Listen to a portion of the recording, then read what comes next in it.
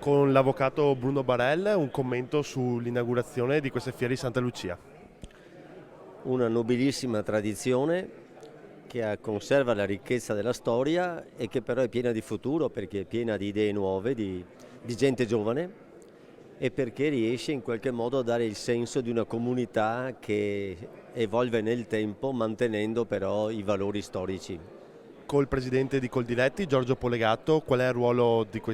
Coldiretti all'interno di questa manifestazione? Ma insomma, questa è una manifestazione importante per tutto il mondo agricolo trevigiano perché comunque è una fiera millenaria dove noi agricoltori chiaramente ci sentiamo a casa, perciò tutto quello che viene proposto, tutte le novità, tutte le aziende che espongono, anche gli stessi convegni sono assolutamente importanti per far crescere anche un po' la cultura da parte di noi produttori, perciò è un momento importante e anche oggi è una testimonianza di questo convegno che fa capire quale sia ormai cambiato il ruolo anche dell'agricoltore in termini anche di qualità, non è solo il contadino che produce, ma bensì è anche custode del territorio, deve trasmettere il territorio, deve essere anche un ambasciatore dell'ambiente di dove vive, nel rispetto anche dei cittadini, nel rispetto anche dell'ambiente. Perciò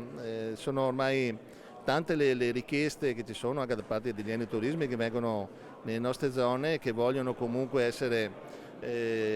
accompagnati, devono essere informati, perciò tutta la filiera viene comunque interessata a questo, anche il mondo della ristorazione, gli agriturismi, gli alberghi stessi, perciò tutti devono comunque crescere anche dal punto di vista, diciamo, della professionalità in questo ambito. Con l'assessore Federico Caner, cosa può portare una fiera come quella di Santa Lucia al turismo dell'Alta Marca trevigiana? La Fiera di Santa Lucia è una fiera che è importante per il territorio, direi non solo per la Sinistra Piave, ma un po' anche per tutto il territorio trevigiano e non solo, perché è una fiera che ormai ha grandissime dimensioni, che sta crescendo sempre di più e che ora stiamo cercando di valorizzare anche nel brand delle cosiddette fiere del Piave, no? Quindi inserirle anche all'interno delle altre fiere, creando questo filo conduttore che è il Piave. Questo perché ci permette di fare una sinergia unica di promozione nazionale e anche, se vogliamo, internazionale, anche perché purtroppo la fiera di per sé, tutte le fiere di per sé